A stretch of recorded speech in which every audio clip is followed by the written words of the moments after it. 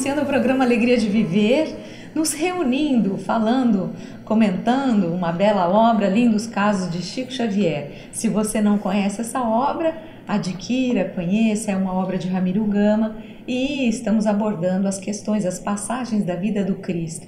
E já fizemos diversos capítulos. Hoje daremos continuidade, então pegue seu livro, faça suas anotações, tem coisas muito bonitas aqui nesta obra que nós estaremos trazendo ainda, comentando com vocês, e até mesmo de outras biografias de Chico Xavier. Você sabe que o Chico é essa alma especial que muitas vezes nós podemos imaginar que a vida do Chico foi um mar de rosas, né? Justamente por essa mediunidade exuberante, mas o que nós vamos compreender e conhecer através das suas biografias é que o Chico enfrentou muitas dificuldades, muitas mesmo, e sempre com muita galhardia, com muita coragem, com muita esperança, com a ajuda dos seus amigos, do seu querido mentor Emmanuel, e assim ele conseguiu trazer para nós tantas coisas, tantas belezas, tantas obras, mais de 400 obras psicografadas. Então, nós precisamos conhecê-las,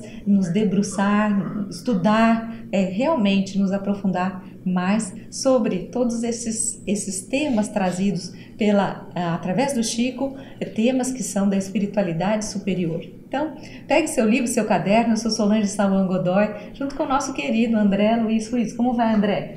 Olá, Solange. Olá, queridas irmãs. Como nós estamos vendo em cada uma das passagens que Ramiro nos conta, nós temos condições de nos inserirmos, porque o exemplo que Chico dá não é só para o Ramiro. Ao contar para nós, Ramiro faz com que também nós conheçamos essa maneira de viver tão generosa, fácil, simples, boa, que Chico procurava sempre traduzir. E nós estamos enfrentando outros desafios, além daqueles graves que o Chico teve que enfrentar, porque nós não temos muitas vezes que passar pela penúria que ele está passando, que já passou. O testemunho da doença às vezes não nos chegou ainda. Nós não temos as premências materiais que Chico teve que enfrentar, não só para sustentar a si, mas para sustentar os seus. Houve uma época, e os mais próximos de Chico sabem disso, em que havia 15 pessoas que moravam na mesma casa e somente o Chico trabalhava para sustentar todos eles. Seus sobrinhos, suas irmãs, os filhos de sua segunda mãe, todos eles estavam em situação de dificuldade, muito pobre. E o Chico era o único que tinha, e às vezes trabalhava em 3 lugares. Então você observa que nós muitas vezes não temos essas dificuldades.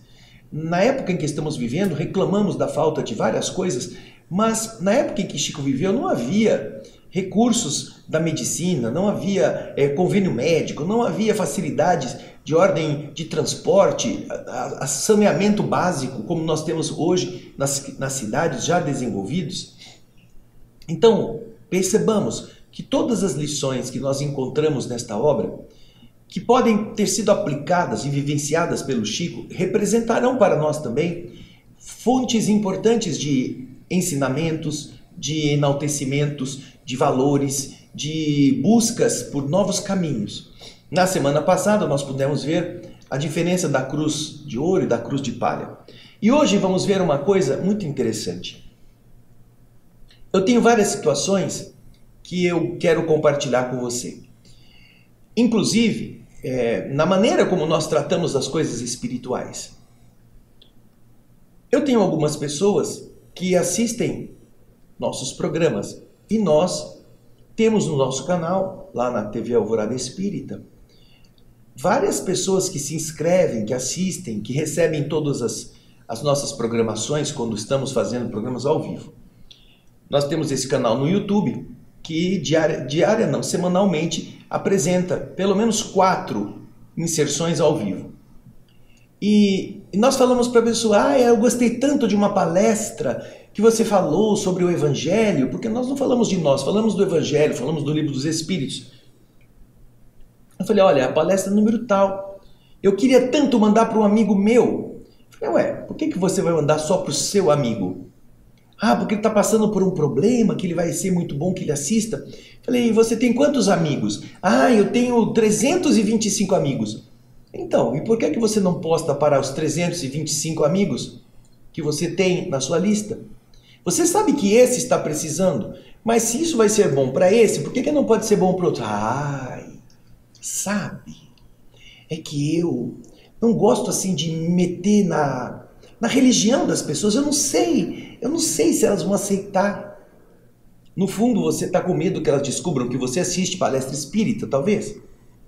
Mas você ter timidez para fazer a mensagem de amor gratuita, que fala do evangelho, da religião que você crê, inclusive que você quer mandar para alguém que você sabe que está precisando, mandar só para essa pessoa, você ignora a fome de todo mundo para dar de comer apenas para um?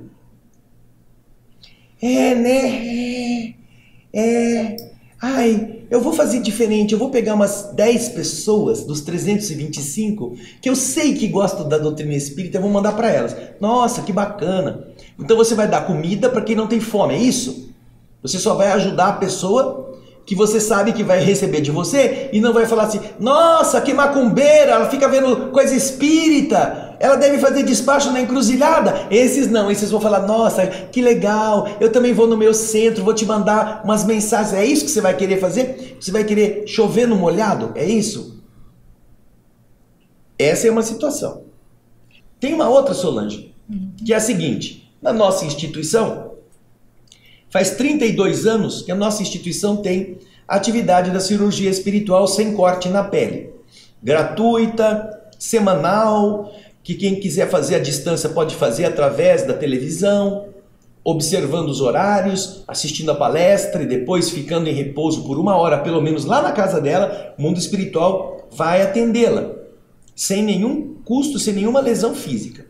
Então, muitas vezes as pessoas chegam e depois de terem passado pela cirurgia, voltam às vezes ao centro e dizem, ai, sabe, eu fui no médico, eu estava com um problema, o médico mandou eu fazer uma cirurgia, e aí eu vim aqui, eu vim no centro, vim fazer a cirurgia. Falei, que bacana. E aí, quando eu voltei no médico, ele pediu os exames, eu fiz os exames, o médico olhou e falou assim, mas cadê o problema que a senhora tinha? Falei, não sei, doutor, o senhor que é o médico. Então, mas eu estou vendo os exames aqui de antes e depois. Antes está o problema, agora não tem mais. O que aconteceu? Aí eu pergunto para a pessoa, e aí? Você falou para ela que você fez cirurgia espiritual? Ai, eu falei, não falei. Mas por que você não falou? Ai, vai saber, né? O médico é médico, ele não acredita nessas coisas. Mas minha filha, ele está vendo o seu exame antes e depois. Quer chance melhor para um médico aprender que existe uma medicina além daquela que ele aprendeu na escola? Quer uma chance maior do que essa? Ai, mas sabe, eu fiquei com vergonha, eu não quis falar para ele que eu tinha ido nesses lugares. Você foi nesses lugares onde Deus tratou e curou você, e você quer esconder isso do médico que ia operar você e você ia ter que pagar para ele, não é mesmo? Interessante isso, né? A sua fé é esta, que é boa para você, mas você não quer explicar para o médico. Ai, não, sabe, porque ele pode se ofender. Problema dele, mas um problema para ele resolver. Se ele se ofender porque você fez uma cirurgia espiritual e agora ele não precisa operar, ele vai ficar com aquilo na cabeça. Ele não precisa se converter ao espiritismo, mas ele vai ver. Seria uma caridade sua para com ele. Ai, sabe, mas é que eu fiquei sem jeito. Você não ficou sem jeito de ir lá pedir para o médico ver o seu problema. Você não ficou sem jeito de fazer uma colonoscopia, colocando uma sonda pelo seu ânus para descobrir onde estava o problema. Você não ficou sem jeito. Você não ficou sem jeito quando você veio aqui pedir para os espíritos tirarem um problema de você. Você não ficou sem jeito quando teve que fazer de novo outra colonoscopia para descobrir que não tinha mais o problema. Aí você não ficou sem jeito quando você voltou no mesmo médico e levou os exames. Mas quando era para falar para o médico que você fez cirurgia espiritual, você ficou sem jeito. Que ótima serva do bem você é, né? Que coisa maravilhosa você faz. Mas é que eu respeito os outros. Ora, Dote, você não precisa desrespeitar o médico. Não precisa chamar ele de incompetente, chamar ele de ignorante, chamar ele de tapado, chamar ele de ateu. Não. Mostra, doutor, eu fiz. Eu fui num centro espírita, fiz uma cirurgia espiritual sem corte na pele e é isso que o senhor está vendo aí. Você não está ofendendo ninguém.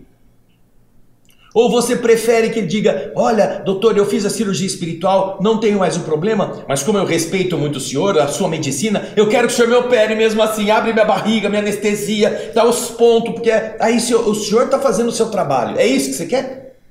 Respeitar o que o médico aprendeu e aí ele abre você sem precisar, só para você respeitá-lo? Bota um pouquinho a mão na consciência. Esse médico precisa muitas vezes estar sabendo que existe uma medicina muito mais profunda, mais eficiente, sem precisar cortar a carne, porque ele pode melhorar-se e ele pode ajudar, porque às vezes ele também precisa disto. Terceira situação, Solange. Quer comentar? Pode falar alguma coisa. Não, é que eu vou comentar uma outra situação, que eu não sei se Então você fala. vai comentar agora. Falando aí sobre os programas e visualizações e tudo mais, muitas vezes nós temos tantas visualizações num programa, e se você for lá observar exatamente onde é que está, né? Quantas pessoas entraram, quem deu tantos likes, você vai ver que entre 10 mil pessoas que viram um vídeo, você vai ver que 10, 15 pessoas deram um like. E quantas pessoas compartilharam esse vídeo? Quer dizer, é muito menor ainda o índice que nós temos. Então imagine, nós temos no programa, que é o Espírito da Letra, na TV Alvorada Espírita, nós estamos com 11 milhões de visualizações. 11 milhões de visualizações. Imagine 11 milhões de pessoas dando like, 11 milhões de pessoas compartilhando vídeos, que são vídeos tão preciosos desse programa que se chama O Espírito da Letra, que tem aqui, nós temos também, ele está sendo veiculado na TV Mundo Maior. E imagine se esses 11 milhões compartilhassem esses vídeos, não apenas esses, mas qualquer outro tipo de vídeo que tenha um cunho moral mais elevado, mais educativo. Se você compartilha, imagine quantas pessoas você consegue fazer com que isso chegue a muitas pessoas. E nós vemos que normalmente é exatamente isso que o André comentou, as pessoas se sentem inibidas, acham que acho que não é apropriado eu fazer esse compartilhamento, o fulano não tem essa religião, ou ele não acredita nessas coisas. Não, gente, vamos compartilhar, vamos levar o que é bom, é informativo, é positivo. Compartilhe, leve isso para mais pessoas. Nós não estamos aqui na Terra à toa, nós estamos aqui para termos uma atitude positiva, atuante, fazermos com que as coisas andem, né, de uma forma mais positiva. Então, somos esses instrumentos também. Olha, dói bastante, né? Dói muito o dedo. Você chega lá e eu vou copiar, colar e enviar, né? Dói muito, cai a ponta do dedo. A pessoa que está fazendo isso, ela está ajudando pessoas que ela nem imagina que estão passando por problemas. Mas ela está gerando boa coisa. Sabe por quê? Porque se acontece uma tragédia, você é a primeira pessoa que quer postar a tragédia para sua lista de 325. Você quer dar notícia. Pegou fogo no prédio. Olha só o incêndio, as imagens. Você não pensa se a pessoa está preparada para ver o incêndio, se a pessoa está preparada para receber a notícia do impacto desse evento. Olha, vou ser o primeiro a publicar. Para o que é ruim, a gente gosta de fazer, estardalhaço, porque isso as pessoas falam, olha, fulano me mandou, olha só. Mas e o bem? Por que não faz? Por que não multiplica? Sabe por quê? Você quando manda um bom dia, aqueles bom dia de xicrinha de café, saindo fumacinha, aquele post, bom dia, aí põe um gatinho, aí põe uma florzinha, bom dia. Esse bom dia não vai prestar nem para a pessoa tomar o café, porque o café é apenas um post, é uma imagem. Não vai sentir cheiro do café, não vai poder afagar o gato, nem sentir o cheiro do perfume da flor. Mas você mandou bom dia, mas você não sabe se a pessoa realmente está precisando do bom dia. Porque dos 325 amigos que você tem na sua lista, o que acontece? Você não conhece ninguém. Você não sabe se está doente, se já morreu, você não sabe se viajou, você não sabe de nada. Mas você manda tudo de uma vez só, um pacotão, bom dia para 325. Tá bom.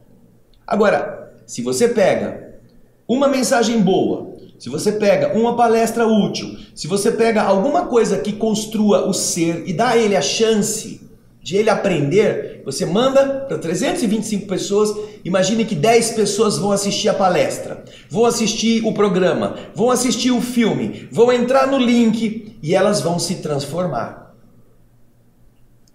Isso é o bom dia. Mas não é um bom dia para o bom dia, é um bom dia para uma boa vida. Porque o que ela aprender, ela vai mudar o relacionamento dela com a família, vai mudar o relacionamento dela profissionalmente, vai mudar a maneira dela enxergar as coisas do mundo. Isso sim é um bom mundo, é uma boa vida, muito mais do que um bom dia. Porém, além disso, eu vou contar aqui uma experiência que eu tive, pessoal, com uma amiga muito querida nossa, lá da nossa instituição. Ela se chama Renata Pavanello. A doutora Renata Pavanello é cirurgiã dentista. Ela é a nossa dentista profissional há muitos anos, minha e da Solange. Nós sempre vamos ao seu consultório, que ela é muito eficiente, ela é muito humana, ela é muito carinhosa, muito dedicada, muito capaz, ela é professora de universidade. Bem, ela tinha um consultório e quando eu ia à consulta, eu me sentava na sala de espera. E na sala de espera, como ela tinha outros sócios, que eram de outras religiões, se é que tinham religião, eram mais 2 sócios, havia um revisteiro. Essas coisas modernas que a pessoa compra e põe revista pendurada, fica aberta assim, ó, como se fosse esse livro aqui, assim, ó. Fica assim, pendurado. No metal, né? No metal. Fica lá pendurada, quem quiser sentar, pega. É aquelas revistas que não tem nem ensinamento, não tem nem frase, só tinha fotografia, só tinha fofoca, só tinha tolices, para a pessoa passar tempo. Então eu ficava lá, ficava olhando, às vezes eu levava um livro porque eu queria ler, porque tinha que esperar o paciente sair, não tinha nada para ver ali. Daí eu peguei, falei para ela assim, Renata, você se incomodaria, agora que você está mudando desse consultório, vai para um consultório mais novo, se nesse novo consultório, na recepção, a gente colocasse livros espíritas, você se incomodaria? Sabe o que acontece? É que o meu sócio, ele não é espírita, ele não gosta dessas coisas, eu não quero ofendê-lo. Mas você não vai ofender, Renata, não é nem para o seu sócio ler. Faz o seguinte, ó, arruma uma bancadinha, um desses criado mudo pequenininho, eu forneço, nosso centro fornece a você livros espíritas, simples, coisas boas, para você deixar ali disponível.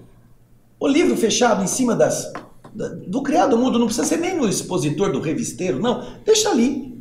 A pessoa que chega, ela pode pegar a revista que só tem imagem de gente society, de gente na festa, ou ela pode se interessar por um título e começar a folheá-lo. Ah, tá bom então, faz assim, você me dá os livros? Sim, dou, eu trago para você.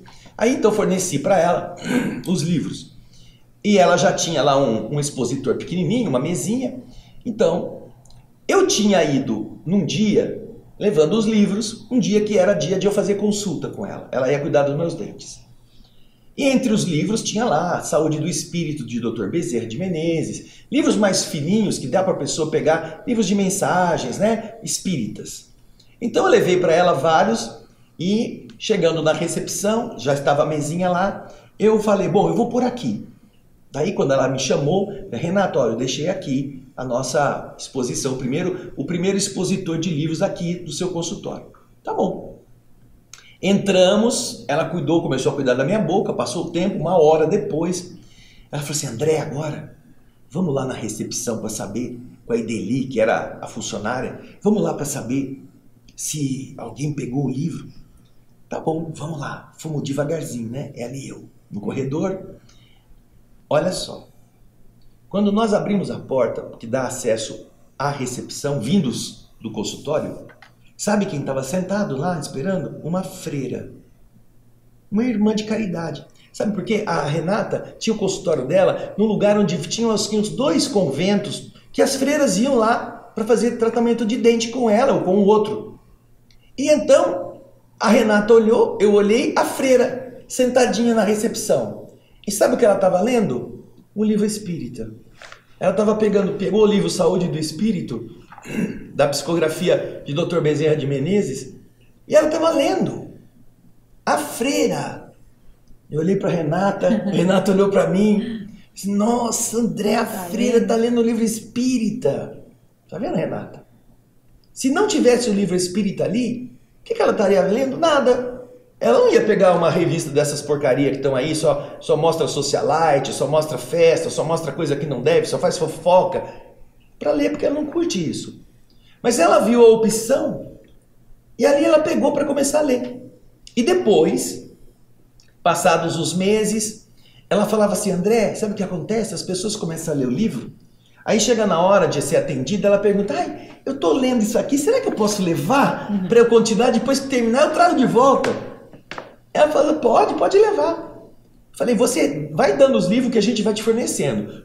Quantos livros você precisar. Porque é essa forma de semear. Agora esse negócio de dizer, ai, é que vai vir muito padre, muita freira aqui, eu não quero que eles saibam que eu sou espírita. Qual é o problema? Você é criminoso? Você vende droga? Você rouba? Você é um mau profissional? Não. Qual é o problema dela saber que você tem uma crença espiritualista? Ou espírita, especificamente. Porque todas as outras religiões também são espiritualistas, católico, protestante, budista, todos acreditam na sobrevivência da alma, do espírito. Portanto, são espiritualistas. Mas só o espiritismo explica como as almas se comunicam conosco, como nós temos relações com elas, como nós viemos do mundo espiritual e vamos voltar para ele, em que condições. Então, o espiritismo é a doutrina que fala exatamente dessas relações, que são fundamentais para que nós entendamos o que estamos fazendo no mundo em função daquilo para onde iremos. Então, quando nós chegamos lá e uma freira católica de hábito, sentada na recepção esperando o atendimento, está com um livro espírita na mão, eu disse para ela, tá vendo, Renata? Tá vendo que coisa excepcional ter uma sementeira aqui? Ninguém mandou a freira ler. Ninguém disse para ela, pega esse livro espírita para a senhora saber o que é o espiritismo. Não. Está disponível. E assim os livros foram acabando, assim os livros foram sendo repostos, e ao longo de alguns meses, as pessoas que foram àquele consultório puderam pelo menos ter contato com uma obra espírita, mesmo que não acreditasse, para poder ilustrar-se, para poder começar a pensar. Então, quando você está no caminho e você acredita em alguma coisa boa, não fique com medo, não fique com vergonha do que vão pensar sobre você, não fique com receio de alguém taxar você, porque é o preconceito dos outros que vai pesar sobre os outros, não sobre você. E isso serviu de experiência para ambos, a fim de que nós nos lembrássemos de sempre procurar deixar que as coisas possam ter o seu curso. Outra vez, uma outra pessoa tinha recebido um livro que estava lendo, um romance do Espírito Lúcio. E depois de um tempo, um mês, 2 meses, essa pessoa que estava viajando voltou e disse, olha, eu esqueci meu livro. Esqueci meu livro no hotel, estava lendo. Meu livro ficou lá. Me chamaram para eu poder chamar o táxi, deixei o livro assim. Eu já entrei em contato com o hotel, pedi para eles me mandarem por correio. Falei, não pede não. Deixa o livro lá. Se alguém fez você esquecer o livro lá, é porque alguém vai precisar do livro lá. Porque você já é espírita, você já tem condições de ler e saber onde encontrar. Mas quem está às vezes na recepção, quem está às vezes agoniado, vai pegar um livro e fala, nossa, o que será que é isso? Aí lê lá, livro espírita, romance sobre tal coisa, ou livro de mensagens sobre tais assuntos. Ela começa a ler. Quem fez isso com ela? O espírito protetor. Para ajudar essa pessoa que você não sabe, que você não conhece, que você não viu, nem vai ver, ajudar essa pessoa a estabelecer esse elan, esse contato. Há uma história muito bonita que é contada a respeito disto no livro que eu acho que nós já fizemos uma parte dele, chamado Espírito de Verdade. Uma história que fala de um livro que Kardec recebeu, um presente que Kardec recebeu, quando estava assim muito chateado das lutas que ele estava tendo que enfrentar, das insatisfações, até da incompreensão dos seus próprios amigos, lá a Sociedade Espírita de Paris, próprios companheiros espíritas que não gostavam ou que não concordavam, não entendiam as coisas que Kardec estava implementando. E ele então está olhando assim pela janela quando chega o correio. E o correio vem, entrega para a esposa dele, ela traz para ele um embrulho. Esse embrulho, Kardec recebe, então desembrulha aquele papel pardo do pacote, e dentro tem um livro dos Espíritos, magistralmente encadernado. Magistralmente encadernado. Ele então fica assustado. Livro dos Espíritos. Uma obra que ele havia publicado pela primeira vez alguns anos antes. E junto do Livro dos Espíritos vem uma carta.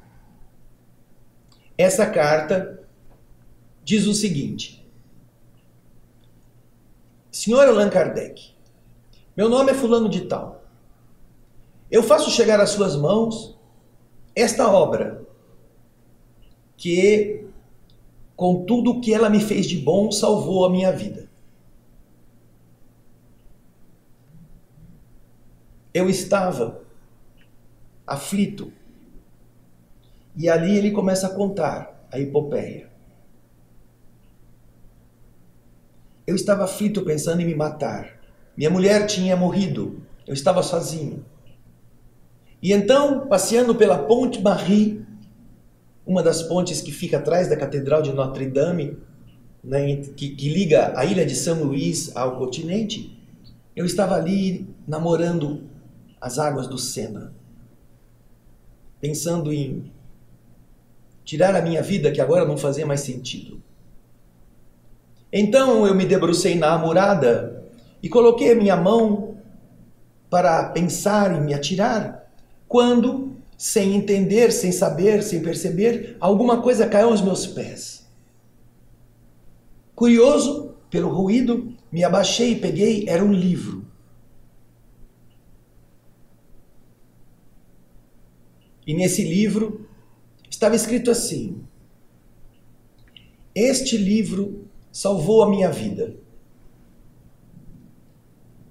Eu que estava tentando tirar a minha vida.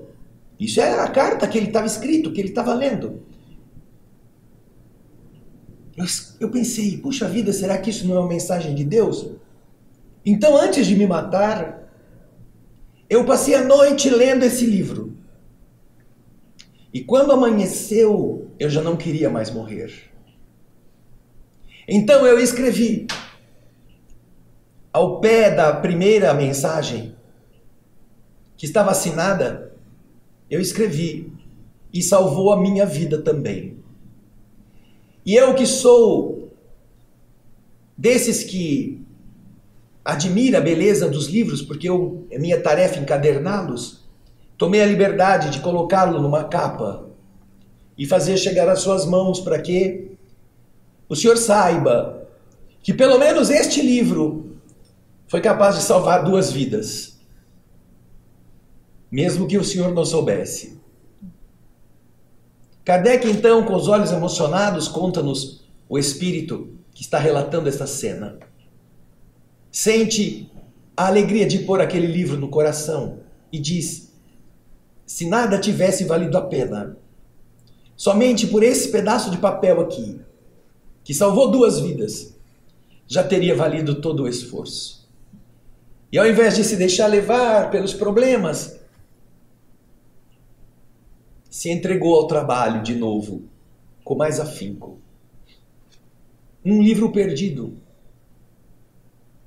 Uma freira sentada num consultório de dentista. Um médico ateu que olha os exames inexplicáveis e você diz: doutor, foi num centro espírita que eu fui fazer uma cirurgia. Uma pessoa que recebe, depois de fazer uma prece, dizendo: Senhor, eu estou desesperado, eu estou doente, eu não sei onde procurar recurso. Acabou de fazer uma oração, pedindo que Deus abra uma porta. E você, que tem essa pessoa na sua lista de 325 amigos, resolveu enviar para ela naquele dia uma palestra espírita. Um título qualquer que pudesse significar a esperança. Não desanime. Imagina então que essa pessoa, você clicou lá para mandar para 325 pessoas, mas aquela pessoa que está pedindo a Deus, ela está esperando uma resposta de Deus, não de você. E de repente ela escuta plim no telefone. E ela pega o telefone e tem lá uma palestra espírita. Não desanime. Para essa pessoa, foi Deus que respondeu para ela. Pouco importa se as outras 324 vão achar que você é um macumbeiro, que você é um desses maníacos que fica acreditando em fumaça que voa. Não importa. Você pode salvar a vida do médico sem ser médico. Você pode salvar a vida de um doente sem saber que remédio dá para ele. Porque de verdade, muitas vezes, não é o corpo que precisa ser salvo, é a alma. Não desanime.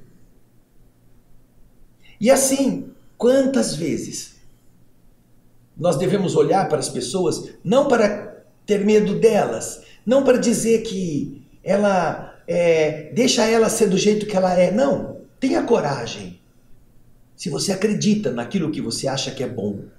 Não importa, não precisa ser só na religião. Você pode conhecer um remedinho bobinho que alguém está precisando e você fica com medo de dizer porque é uma tontice. Mas você diga, porque a pessoa pode acreditar em você, está tão desesperada que ela faz qualquer coisa. E ela sara. Por isso que é tão importante nós observarmos essas lições do livro que Chico Xavier nos traduz e que o nosso Ramiro Gama está traduzindo para o encontro de hoje. Quer falar alguma coisa, Solange? Não, pode? Bonita, eu me lembrei de outras histórias, mas acho que é melhor a gente entrar nessa, né? Vamos Depois então, o capítulo 44, viajando com um irmão sacerdote. Sentado no ônibus que o levaria a Belo Horizonte, Chico notou que seu companheiro de banco era um irmão sacerdote. Cumprimentou e entregou-se à leitura de um bom livro. O sacerdote também correspondeu-lhe o cumprimento, abrira um livro sagrado e ficara a lê-lo. Em meio à viagem, passou o ônibus perto de um lugarejo, embandeirado, que comemorava o dia de São Pedro e de São Paulo. O sacerdote observou aquilo e depois, virando-se para o Chico, comentou: Vejo essa festividade em honra de dois grandes santos, e neste livro leio a história de São Paulo, cujo autor lhe dá proeminência sobre São Pedro. Não se pode concordar com isso. São Paulo é o príncipe dos apóstolos, aquele que recebeu de Jesus as chaves da igreja.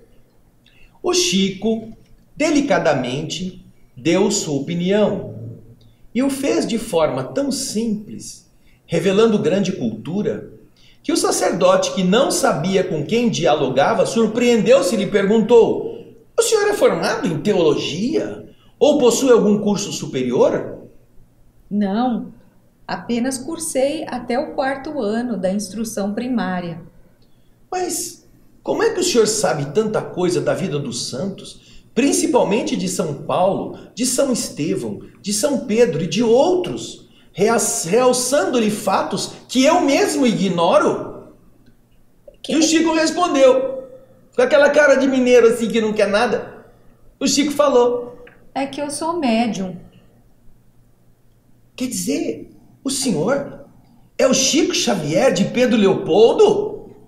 Sim, senhor, para o servir. Ai, então, me permita que eu lhe escreva e prometa me responder minhas cartas, pois eu tenho muitas coisas para lhe perguntar. Faça-me esse favor. Afinal, eu verifico que Deus nos pertence.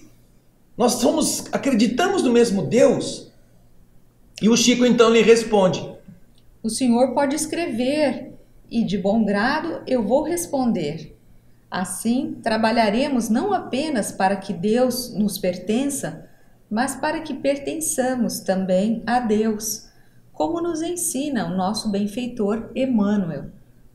E até hoje, diz Ramiro, Chico recebe cartas de irmãos de todas as crenças, particularmente de sacerdotes bem intencionados, como esse irmão com quem ele viajou e de quem se tornou amigo. E tanto quanto lhe permite o tempo, Chico lhes responde, e nas respostas vai distribuindo o pão espiritual a todos os famintos, ovelhas do grande redil, em busca do amoroso e divino pastor que é Jesus. Imagine então, imagine, você se sentar do lado de um padre que está vestido como sacerdote, e o padre comenta sobre uma festa religiosa de alguma comunidade por onde o ônibus passou. E você é da religião diferente da dele. E você então fica intimidado. É, né, padre? É bonito ver as bandeiras, né? Bonito, é. Você acha que o Chico falou isso? E o padre coloca, não, o autor do livro que eu estou lendo coloca São Paulo acima de São Pedro, não sei o quê, não acho certo. Aí o Chico explica, provavelmente, o que Emmanuel tinha falado no livro Paulo e Estevão, que coisa proeminente, magistral, que é esta obra mediúnica do Espírito Emmanuel, Paulo e Estevão. E ele explica tudo para o sacerdote fica de boca aberta. Ele não está mostrando sapiência, ele está sendo humilde, com aquele jeitão bonzinho. Não quer mostrar conhecimentos culturais. E o padre falou, mas o senhor conhece tanto, mais coisa do que eu? O senhor já foi formado em teologia? Não, eu só estudei até o 4º ano primário. Mas como é que o senhor sabe de tudo isso? Ele vai dizer, não, é que eu adivinho. É que eu leio, eu sou telepata. Ou eu não sonho. Eu sonhei. Não, meu avô era sacerdote, me contou tudo. Não. O Chico assume, eu sou médium. Médium, qual o problema? Não é crime, ele não é drogado, ele não é ladrão, ele não é dono de bordel, ele é médium. Eu recebo as entidades. Então o senhor é o Chico Xavier, pronto. Foi a luz na face do sacerdote. E então, você vê, ele assumiu uma coisa que era da sua essência. Ele não era um malfeitor, ele era alguém que estava ajudando. E foi graças a isso que o sacerdote o identificou. Que o sacerdote disse, nossa, eu preciso muito saber dessas coisas. O senhor promete que me escreve, o senhor promete que responde minhas dúvidas. E assim o Chico esteve, ao longo de sua vida, como disse depois do texto, se relacionando epistolarmente, através de cartas, com pessoas de muitas religiões, com pessoas sem religião, com pessoas que o escreviam, para ele, querendo saber coisas, querendo pedir opiniões e desejando de boa vontade ouvir a opinião dele. Então você observa que com isto você tem o quê? Você demonstra a uma pessoa que você tem uma religião que não é vergonhosa. Ou você tem vergonha da sua religião, então não está sabendo o que ela significa para você. E você dizer que você não é, só para agradar outra pessoa, eu me recordo uma vez, Solange, nós tínhamos uma companheira, volta aqui, uma irmã nossa, do nosso centro, estava internada no hospital, com um problema pulmonar muito grave.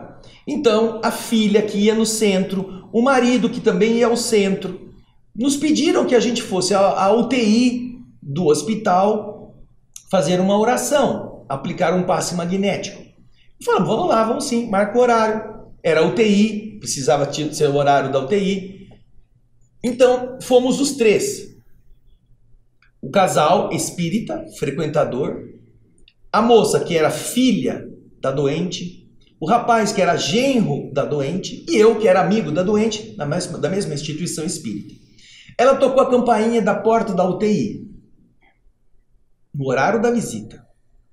E então, abriu a porta a pessoa que ia nos receber para entrar. E ao invés de ser uma enfermeira, que todo mundo esperaria numa UTI que fosse uma enfermeira, quem aparece para atender é uma freira, com um vestido de freira. E a freira, pois não, simpática, pois não. Os 2 na frente, eu atrás dos 2. A menina começou, nós viemos visitar fulana de tal para fazer uma oração. Pois não. De que religião vocês são? Perguntou a freira. E aí, A filha começa... E eu gritei de trás, nós somos espíritas, irmã. Porque a mulher estava engasgada. Não tinha coragem de dizer que ela era espírita, porque acha com medo que se falar que eu é espírita, a freira não vai deixar eu entrar. Você tem medo de assumir que você é, quem você é, que religião você tem? A irmã falou assim, ah, que bom, pois não, pode entrar. Pôs a gente para dentro. E isso aconteceu com gente que era espírita, que trabalhava na casa espírita, que ia lá, que ajudava em todas as atividades.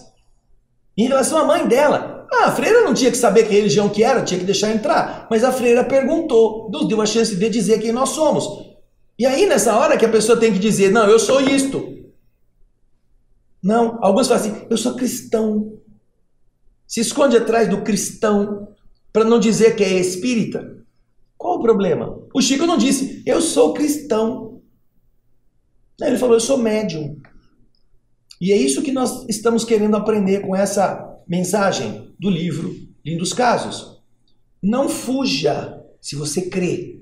Dê o testemunho do que você... Não precisa levantar bandeira, fazer proselitismo, sair tentando converter o seu vizinho, os seus amigos. Não, não. Deixe cada um na sua. Mas não deixe de dizer quem você é, no que você acredita. Porque na hora que eles estiverem desesperados, eles não encontrarão resposta nenhuma em nenhum lugar, eles vão bater na sua porta. É para você que eles vão te perguntar, escuta, você é espírita, né?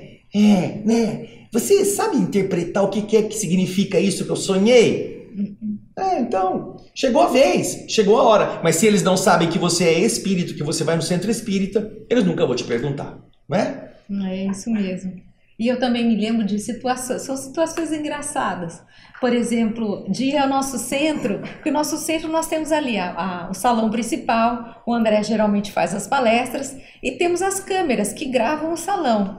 Mas nós ficamos sabendo, sempre entrava na nossa casa para assistir palestra, acho que era mãe e filha, entravam, mas elas não queriam entrar no salão, elas não queriam assistir a palestra lá dentro, você pediu para ficar no corredor, logo ali do lado, ao lado do André, mas ali, um pouco mais distantes. E a gente não entendia isso, por que elas não querem entrar no salão? Daí nós descobrimos que elas eram da congregação tal, e que elas sabiam que tinham as câmeras, mas que elas não queriam que ser filmadas. Que alguém da congregação visse, que alguém assistisse. Que elas estavam em pecado, indo no centro espírita. Mas que elas gostavam muito de assistir as palestras, então e você elas iam. Você vê, a pessoa não tem uma crença fixa na maneira como ela estava acostumada, queria ver outra, mas ela não queria que os outros soubessem. É respeitável, ninguém está querendo que a pessoa se denuncie, a gente deixava elas ficarem lá quietinhas, pelo menos elas estavam ouvindo.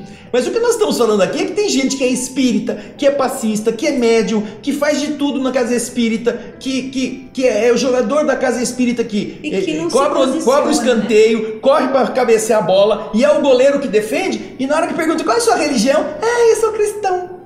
Não se posiciona quando poderia. E você nega aos outros a chance de saber que você pode ser um caminho, que aquele consultório odontológico pode ter uma mensagem para uma freira. É assim. O mundo espiritual utiliza sempre as ferramentas que a gente fornece para eles.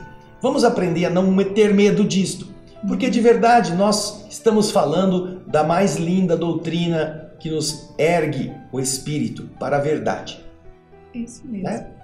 Você é um multiplicador dessa verdade. Não se envergonhe disso, ok? Isso mesmo. E nós nos vemos então no próximo programa. Alegria de viver. Isso aí. Tchau, gente.